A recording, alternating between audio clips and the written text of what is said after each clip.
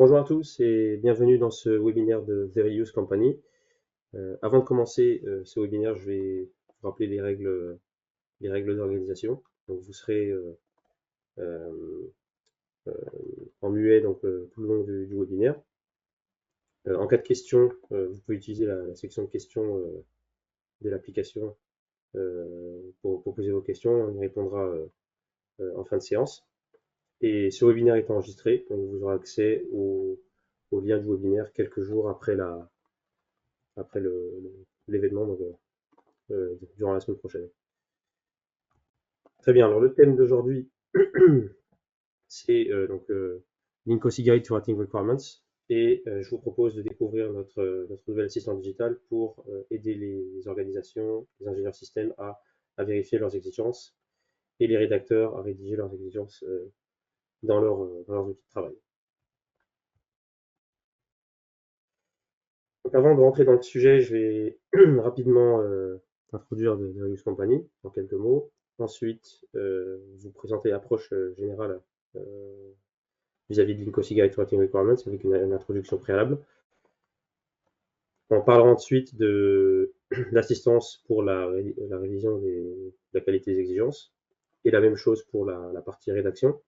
Et enfin, on abordera les questions posées lors de la présentation et une conclusion ensuite sur ce sujet.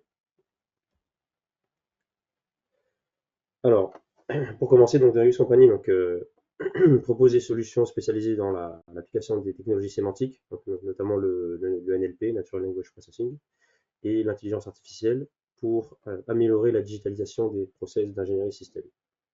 Donc, on va voir un exemple concret dans cette présentation avec la vérification de la qualité des exigences et l'aide à la rédaction, mais ça va bien au-delà, donc avec des solutions pour la traçabilité, pour l'interopérabilité inter-outils, et l'aide à la décision qui va du coup amener un peu plus d'intelligence artificielle et qui arrive dans les prochaines versions. Donc pour commencer, on va introduire le concept de Linkosi Guide to Writing Requirements. Donc, je ne vais pas rappeler ce qu'est Linkosi, International Council on Systems Engineering. Je vais rentrer directement dans le sujet du Guide to Writing Requirements et notre approche générale dans l'outil. Donc le Linkosi Guide to Writing Requirements est un produit du Requirements Working Group de Linkosi, donc qui est un des groupes de travail de Linkosi, donc parmi tant d'autres dans cette organisation, et qui du coup a comme mission d'étendre et de promouvoir le concept et la connaissance en termes d'ingénierie des exigences pour, pour proposer des solutions qui aideront la communauté dans leurs travaux. Et donc, ils ont développé ce guide, dont la dernière version, la version 4,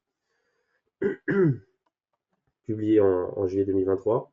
Et cette version, et les précédentes également, sont un guide donc de bonnes pratiques sur l'expression des besoins et exigences dans un projet d'ingénierie système. Donc, c'est un ensemble simple, compréhensif de règles, de caractéristiques et d'attributs qui vont décrire comment rédiger correctement des besoins et des exigences. Donc là, on a déjà un premier aspect qui est donc la déclinaison donc, de caractéristiques qualitatives en règles qui sont qualitatives également, mais qui sont plus précises, qui permettent de répondre à chacune des caractéristiques. Donc on voit par exemple ici, si on se concentre sur la précision, donc un besoin ou une exigence précise va devoir suivre un certain gabarit. Donc l'utilisation de la voix active, l'utilisation d'un sujet défini, plus généralement de termes définis, des unités correctement utilisées, etc., etc. De la même manière, pour la singularité, donc on parle parfois d'exigences atomiques, une seule phrase, éviter de combiner plusieurs actions, éviter de décrire la raison de l'exigence, éviter les expressions entre parenthèses, etc., etc. Donc ces caractéristiques sont déclinées en 42 règles qui permettent de correctement rédiger les exigences et les besoins. Et des attributs qui viennent compléter du coup l'objet exigence et qui sont au nombre de 49 et qui sont décrits dans le guide, avec par exemple le rationnel, qui est justement ce qu'on veut éviter dans l'exigence, ou encore des attributs de traçabilité, des attributs liés à la vérification, validation, de l'applicabilité, euh, et des types, voilà, donc, des attributs qui sont assez généralement utilisés dans les projets d'ingénierie, mais qui sont rappelés ici pour donner un cadre de base. Alors, les nouveautés de la version 4 du Guide to Writing Requirements, premièrement, l'ajout d'une caractéristique C15, donc qui va correspondre à ce qu'on appelle l'exactitude d'un ensemble de, de besoins ou d'exigences. Donc, on a l'équivalent correctness les, pour les caractéristiques d'exigence ou de besoins individuels. Donc, on a un certain nombre de règles qui permettent de vérifier qu'on a une bonne exigence de façon individuelle, mais l'ensemble d'exigences va être correct si l'ensemble des caractéristiques C10 à C14 sont remplies. Donc, c'est une manière de boucler la boucle. Et donc, cette nouvelle caractéristique est ajoutée au guide de la version 4. Des règles ont été modifiées. La règle numéro 6 sur les unités, la règle 33 sur la tolérance et une nouvelle règle sur les formats de nombres décimaux a été ajoutée. Et il y a deux annexes sur lesquelles je vais revenir après, qui ont été largement revues et qui aident également à l'application de la règle dans des cas concrets, donc les fameux gabarits de l'exigence et la matrice d'applicabilité des règles. Donc, un des défis qui a été posé en introduction dans le guide, c'est la capacité, notamment par des outils, des assistants, comme ceux que je vais présenter ensuite, d'à la fois adresser les besoins et les exigences et de comprendre la différence entre les deux.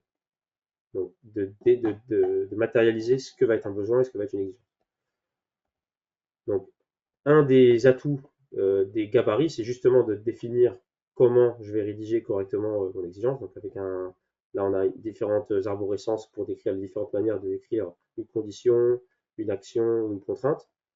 Si on prend un exemple, donc un gabarit, en fait, on va suivre les jalons, donc termes, par groupe de termes, donc, mon introduction aux conditions avec un tant que, lorsque, quand, si, etc. Et ensuite, on va décliner du coup notre exigence jusqu'à arriver à notre contrainte. Donc certains blocs peuvent être optionnels dans certains cas, mais globalement, le gabarit générique, ça va être celui-là. Ensuite, il y a une autre annexe qui est très importante dans cette nouvelle version, qui est la matrice d'applicabilité. Donc, pour répondre à ce défi qui est posé par les premiers rédacteurs du guide dans la première version, on va s'appuyer sur donc, un certain nombre de recommandations. Donc, ce sont encore des recommandations. Je répète parce que c'est vrai qu'on a tendance parfois à vouloir appliquer ces règles et considérer que c'est le nécessaire pour avoir de bonnes exigences. En fait, ça va dépendre de différentes dimensions. Donc, on dimensionne généralement ici avec ce repère. Donc, suivant où on se trouve dans le cycle de vie, suivant le niveau de criticité du système à développer et suivant le niveau de détail, donc où est-ce qu'on se trouve au niveau de l'analyse du système, on ne va pas avoir les mêmes besoins euh, en termes de règles appliquées pour la vérification. Donc, il faut regarder si on est face à des besoins ou des exigences. Donc ça, c'est la première chose à déterminer. Donc on répond à cette question là-dessus dans cette règle, dans cette matrice d'applicabilité. Et est-ce qu'on a besoin aussi d'un dictionnaire spécifique pour le projet? Donc, à savoir que beaucoup de règles, la plupart des règles ne nécessitent pas d'un dictionnaire, ne requièrent pas un dictionnaire parce qu'elles sont génériques, elles sont applicables à la langue, peu importe le contexte. Mais certaines règles, par exemple l'utilisation d'un sujet cohérent ou l'utilisation de termes interdits, va dépendre de chaque projet, chaque organisation, ses définitions. Donc, ici, on fait la différence dans cette matrice. Donc, on prend un exemple ici, donc des règles 1 et 2. Donc, on a le nom de la règle, le numéro de la règle et la description qui sont rappelés. Et ensuite, on a un code qui va déterminer l'applicabilité. Donc, une règle obligatoire pour les besoins exigeants, c'est une règle sur laquelle on conseille de ne pas transiger. Donc, ici, la structure de la phrase, la syntaxe est très importante. donc avoir une phrase complète, un sujet, un verbe, un complément, une condition si nécessaire. Et cette règle, du coup, n'est pas dépendante du domaine. De la même manière, l'utilisation d'un voie active, dans ce cas ici, on va recommander de l'appliquer pour les besoins, mais par contre, on va la rendre obligatoire pour les exigences. Donc ça, c'est une recommandation. Ça veut dire que si on veut être strict dès le départ, on peut appliquer cette règle également pour les besoins, mais on considère qu'il y a une plus grande tolérance à avoir des besoins exprimés en voie passive, notamment parce que un utilisateur reçoit le service du système et donc potentiellement on va avoir des besoins exprimés en voie passive.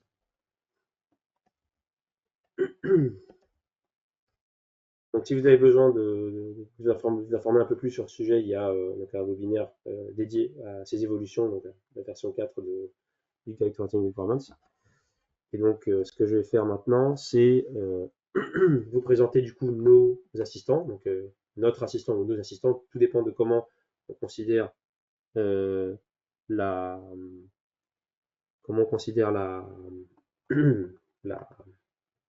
la chose. Donc, ces deux assistants font partie d'un même ensemble qui s'appelle System Engineering Suite, pour ceux qui connaissent déjà nos outils. Et si on regarde dans le détail, donc on a un outil qui va plutôt être dédié à la phase de rédaction. Donc, on va exprimer des besoins ou exprimer des exigences de très haut niveau. Et l'outil de vérification, par exemple, System Requirements Definition ici, donc ça va être donc, des exigences système donc, qui vont être en entrée de la phase de définition d'architecture. Et donc là, on utilise plutôt un outil de vérification comme RQA Quality Studio. Donc on va voir ensuite les différences. Et donc l'idée ici, c'est que en abordant dès le départ, en digitalisant dès le départ une partie de ces activités et en fermant la boucle avec un outil de vérification, on s'assure de limiter le nombre d'itérations. Donc les vraies différences entre les deux outils, finalement, c'est premièrement la cible. Donc un outil va plutôt être va cibler un peu plus d'utilisateurs, parce qu'on va avoir tous les auteurs et contributeurs aux exigences euh, qui vont être, qui vont être concernés, exigences ou autres types d'objets, qui peuvent être des cas de test, qui peuvent être des risques, ou simplement une expression de besoin qui n'est pas encore tout à fait une exigence. Et côté RQA, on est plutôt sur de la revue, on est plutôt sur une agrégation de données provenant de différentes sources. Donc on a quand même une connectivité à une cinquantaine d'outils. Alors que côté rédaction, ce qu'on va proposer, c'est la vérification en temps réel au moment de la rédaction, l'autocomplétion avec les gabarits et l'ontologie et les concepts sémantiques qui vont pouvoir être proposés dans un cadre précis, et puis la pluralité des versions disponibles, donc aussi bien sous forme de plugin dans des programmes comme Doors ou Capella, ou l'extension web qui permet d'aller adresser ces sujets dans des ALM, des plateformes web, comme on a plus souvent l'habitude de voir au cours des dernières années. Et donc, l'intérêt de l'outil de vérification, c'est aussi de configurer les règles qui vont être appliquées notamment par les auteurs et également au niveau de la vérification finale. Et on a la possibilité de générer des rapports et de programmer des tâches de calcul automatisées, donc ce qu'on appelle le process batch. Et donc l'objectif à rappeler ici, et qui correspond un peu à ce qu'on évoquait avant avec l'adaptation des règles de Nick aussi, c'est qu'il faut privilégier une approche progressive où si on reprend le, cette, ce process ici, des règles qui vont être appliquées au niveau de la rédaction vont être plus lâches, moins strictes que au moment de la vérification, notamment parce qu'on va avoir principalement des règles correctness ici, alors qu'on pourra aller vérifier des aspects de couverture de concept, ce qu'on appelle completeness, ou de la cohérence, donc consistency avec l'outil de vérification, et aussi pour éviter d'avoir trop de règles lors de la première rédaction, l'objectif étant d'aider au fur et à mesure à atteindre une exigence de haute qualité. Donc, si on commence par l'outil de vérification d'exigence, donc RQA, donc, qui est l'outil qui va être le plus souvent utilisé puisqu'il permet de servir de milestone donc et d'avoir une vérification donc de dire si l'exigence est bien rédigée ou pas, et du coup de conclure sur la possibilité ou non de passer à la prochaine phase. Donc cet outil, l'idée c'est qu'on va convertir des règles qualitatives de manière générale, donc comme sont les caractéristiques dans un ICOC ou les propres règles, en un certain nombre de métriques qui vont mesurer un paramètre et qui vont retourner un résultat. Et donc c'est l'agrégation de ces résultats qui vont former le score de l'exigence, qui va être en 3 niveaux, donc haut, médian ou bas. Alors sur l'aspect CCC, donc Correctness, Consistency, Completeness, donc comme je l'évoquais, la correctness qui va être principalement utilisé dans l'outil de rédaction, qui va aussi être vérifié à nouveau dans l'outil de vérification, donc RQA, va concerner des exigences individuelles. La cohérence et la complétude vont adresser l'ensemble des exigences, qu'elles soient dans un seul document ou dans plusieurs documents. On peut agréger des documents provenant de plusieurs sources et faire une analyse globale, sortir un rapport global de vérification. D'où l'intérêt du coup d'avoir ces métriques dans l'outil RQA. Donc, on a vu qu'il y avait 42 règles, et en termes de métriques, donc elles sont au nombre de 58. Donc une métrique plusieurs métriques vont pouvoir adresser la même règle, et c'est ce qu'on appelle nous le mapping entre les règles et les métriques de qualité. Donc c'est concrètement ce que l'utilisateur va pouvoir personnaliser afin d'appliquer les règles de son choix. Et donc une fonction de qualité, on l'a vu avant, c'est ce qui permet, en fonction du paramètre défini dans la métrique, de retourner le résultat. Donc la personnalisation, elle est à plusieurs niveaux. On peut appliquer les métriques qu'on souhaite, modifier le paramètre, ajouter des exceptions pour appliquer la métrique ou ne pas appliquer la métrique. Ça peut être un attribut qui peut permettre d'éliminer la métrique pour certains types d'exigences, ou parce que les objets en question ne sont pas des exigences, par exemple. Et donc, de cette manière, on peut personnaliser notre analyse. Donc ici, on a un exemple de cette matrice entre les règles et les métriques qui peut être téléchargée sur notre site internet. Et donc, vis-à-vis de l'implémentation de la matrice d'applicabilité, on a en fait 4 niveaux de configuration. Donc, c'est le minimum qu'on propose parce que ça correspond à la matrice d'applicabilité. Donc, on a vu qu'il y avait besoin ou exigence.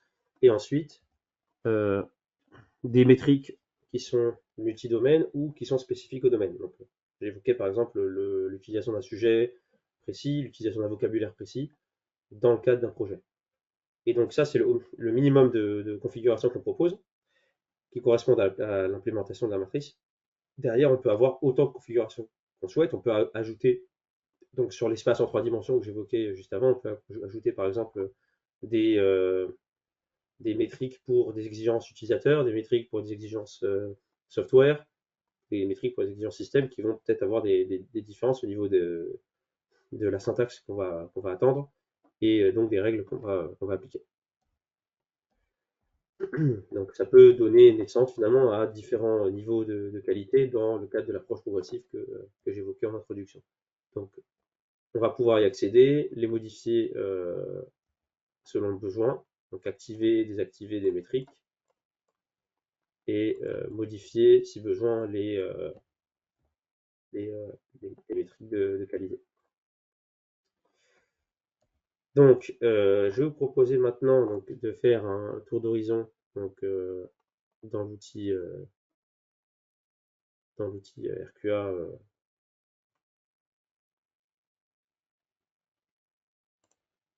pour donner une idée un peu de la manière dont on peut travailler pour vérifier des exigences. Donc là, j'ai pris un exemple d'exigences qui sont contenues dans un modèle. Ça pourrait être dans un module d'ordre. On voit ici qu'on peut en ouvrir un autre et le laisser ouvert également. Ça peut être n'importe quel des connecteurs, donc qui sont au nombre de 50, une cinquantaine dans l'outil. Et donc, une fois qu'on accède à la vue de qualité, on peut filtrer sur les exigences et commencer à appliquer l'une des configurations standards qui sont proposées dans la librairie de Linkoc, donc, qui est téléchargeable sur notre site et qui permet du coup d'appliquer ces métriques spécifiques. Donc on peut modifier la configuration. Cette configuration peut ensuite être personnalisée, donc on va voir ensuite qu'une fois appliqué la copie de ces métriques à, à ce projet, donc à ce set d'exigences, on peut ensuite aller modifier les exigences dans l'outil. Donc on applique un standard de qualité ici voilà, plus élevé, donc on va également intégrer les métriques spécifiques au domaine.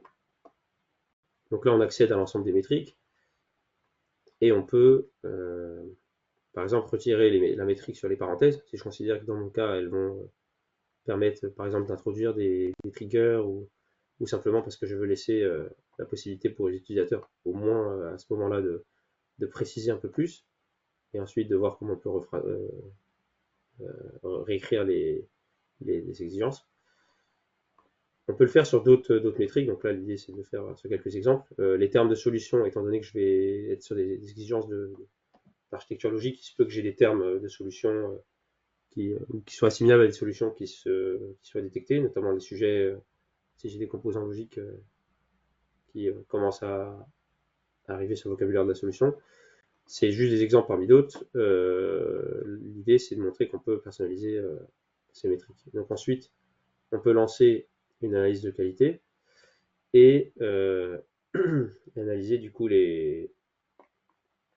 la qualité des exigences. Donc là, je peux faire un tri sur la qualité des exigences dans ce set. Je peux filtrer, je peux adapter la vue pour commencer à travailler sur les exigences et visualiser les résultats pour certaines exigences que j'ai ici, ou accéder à la vue, euh, à la vue d'édition qui me permet de visualiser également, donc si on double-clique sur un objet, visualiser où se trouvent les erreurs. Donc les exigences donc, ont un score, comme j'évoquais, qui correspond aux différentes métriques qui sont appliquées. Et donc là, par exemple, on voit des erreurs. J'ai un terme qui n'est pas reconnu, donc qui est considéré comme unclassified, que je peux ajouter dans le domaine. Donc, je peux l'ajouter dans mon domaine et, du coup ma suggestion est envoyée à la personne qui gère la base de connaissances. Donc toutes les métriques de qualité s'appuient sur une base de connaissances, c'est important à prendre en compte. Et donc on peut continuer le travail avec la modification d'exigence jusqu'à arriver donc, à l'exigence que je juge pour le moment de qualité acceptable. Donc j'ai un terme qui est considéré comme non classifié, qui peut être derrière suggéré également suivant le même mécanisme. Et ensuite, donc si je passe sur la partie des rapports, déjà on peut regarder l'exigence qui a été modifiée, donc s'apercevoir qu'elle est bien dans l'outil. Donc la sauvegarde est en fait une synchronisation dans la base de travail, donc le répertoire de travail utilisé par l'outil, qui contient donc la base de connaissances et les objets qui sont connectés à l'outil, et également dans l'outil source évidemment. Donc là, les résultats donc, sont résumés avec les scores pour les différentes métriques. On peut sauvegarder des, euh, des analyses donc, pour suivre l'évolution. Ce qu'on fait par exemple ici. Donc on peut ensuite suivre l'évolution en faisant une seconde analyse et on peut du coup générer des rapports. Donc on a une option dans le bas de l'écran pour générer des rapports qui permet donc d'ouvrir une vue d'aperçu du rapport avant de l'exporter ou de l'envoyer sous différents formats. Là on peut naviguer dans le rapport, voir les différentes résumés de métriques, donc ça correspond aux statistiques qu'on a vues auparavant mais sous forme graphique, et pour chaque exigence les erreurs qui sont rencontrées. Et ensuite, donc, on peut accéder au menu en haut, exporter ou envoyer sous ces différents formats, et sélectionner du coup à quel endroit on va faire on va enregistrer le rapport et l'ouvrir après export, ce qui permet du coup de visualiser ce PDF, de le partager, et ça permet d'aider à la rédaction dans, dans le cadre de la réécriture des exigences. Donc voilà pour la partie rédaction des exigences. Ensuite, l'autre outil qui est généralement utilisé, qui va de pair avec l'outil de vérification, c'est l'outil RAT Authoring Tool, donc qui est l'outil de rédaction assistée des exigences et qui permet de suivre notamment ce qu'on appelle les patterns, donc des gabarits d'exigences. Donc, il existe en 3 éditions. Donc, une version desktop qui est intégrée à l'outil SASS Engineering Studio que vous avez aperçu donc, dans la vidéo précédente, en format plugin dans par exemple un outil comme Doors et dans tous ces outils qui sont listés ici, et en format extension web où on peut voir ici donc tous les trois navigateurs ici, des boutons qui apparaissent une fois l'extension installée qui nous invite à utiliser le plugin. Donc, le bouton de configuration et le bouton d'accès qui permet d'ouvrir cette fenêtre flottante où on peut éditer des exigences. Donc, je vous mets le lien vers un webinaire présenté dernièrement sur ce sujet pour voir l'application de cet outil pour l'utilisation de la syntaxe EARS. Donc, parmi les fonctionnalités de RAT, donc on a notamment la rédaction assistée avec les patterns, la suggestion de termes, ce qu'on appelle l'autocomplétion, suivant des gabarits pour permettre de guider l'utilisateur vers l'utilisation de certains sujets, donc définis et contrôlés, la rédaction avec la qualité en temps réel, et la possibilité de suggérer des termes dans le glossaire, donc comme on l'a vu dans l'outil précédent, c'est aussi valable dans l'outil de rédaction. Donc, chaque contributeur peut décider d'envoyer des suggestions à la personne, donc à l'expert qui maîtrise le domaine et qui gère la base de connaissances. Donc c'est fait via un autre outil donc, qui s'appelle Knowledge Manager, que je ne vais pas détailler ici, mais qui permet de gérer la base de connaissances et d'intégrer les concepts dans les glossaires. Donc ici, si on prend l'exemple d'une rédaction assistée dans un outil comme dans Codebeamer, ce qu'on peut faire, c'est prendre une exigence et l'éditer. Donc, on voit du coup le plugin qui s'affiche. Et donc, on peut aller insérer une nouvelle exigence, donc nommer cette exigence. Donc, je pourrais utiliser le plugin pour le champ de titre. Je vais l'utiliser uniquement pour la description. En gros, chaque champ qui permet l'affichage du plugin permet d'ouvrir cette fenêtre flottante. Donc là, si on sélectionne un gabarit, on peut ensuite commencer à rédiger. Donc en commençant à rédiger notre exigence, on commence à voir des suggestions apparaître. Donc on voit les métriques appliquées lors de la rédaction. Donc ces métriques sont configurées dans l'outil de vérification, donc RQA qu'on a vu précédemment, et on peut commencer à rédiger notre exigence en suivant le gabarit. Donc je commence à écrire mon sujet. Donc là je peux écrire de façon libre, je suis pas obligé de suivre le gabarit. Et une fois que j'écris la condition, donc la condition est libre dans ce cas, donc on est sur une syntaxe EARS qui m'impose le while if, mais qui ne m'impose pas de termes particuliers ou de syntaxe particulière de phrase pour décrire mes conditions. Par contre, une fois que j'arrive à l'écriture du sujet, je vais donc du coup avoir un certain nombre d'options, donc préciser une nouvelle fois avec une condition ou utiliser le sujet. Donc ici j'ai des sujets qui apparaissent dans une base de données, comme je l'ai dit, qui est contrôlée par l'expert métier. Et donc là je peux suivre donc, la syntaxe, et on a aussi la possibilité d'utiliser des relations entre concepts. Donc ici, si je suis cooling system, ma proposition c'est decrease temperature, donc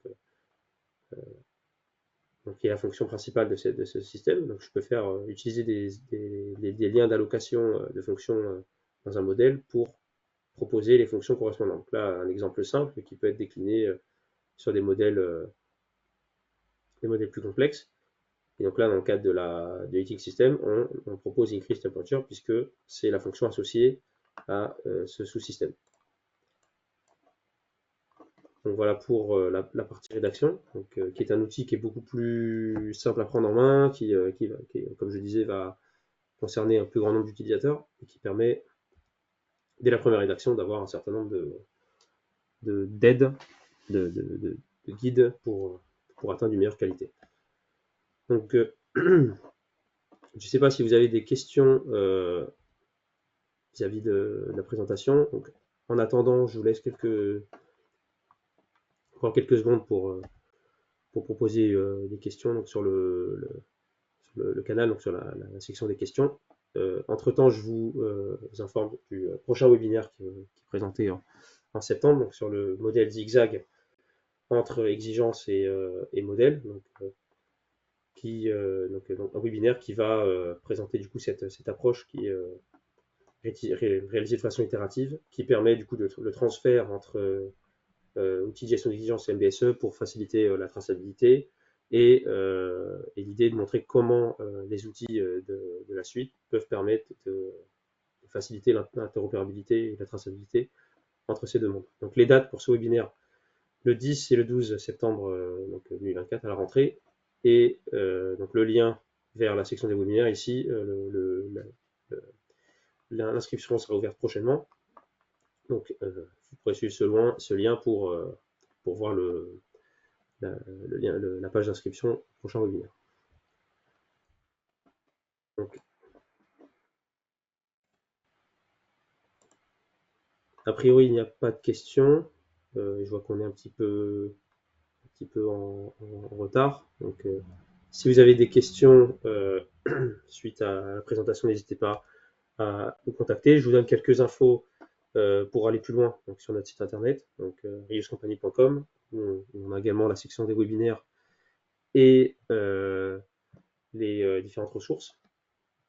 Donc c'est aussi sur notre site qu'on retrouve la librairie de connaissances qui peut être ajoutée à une base de données pour appliquer les règles de NIC aussi. Notre chaîne YouTube.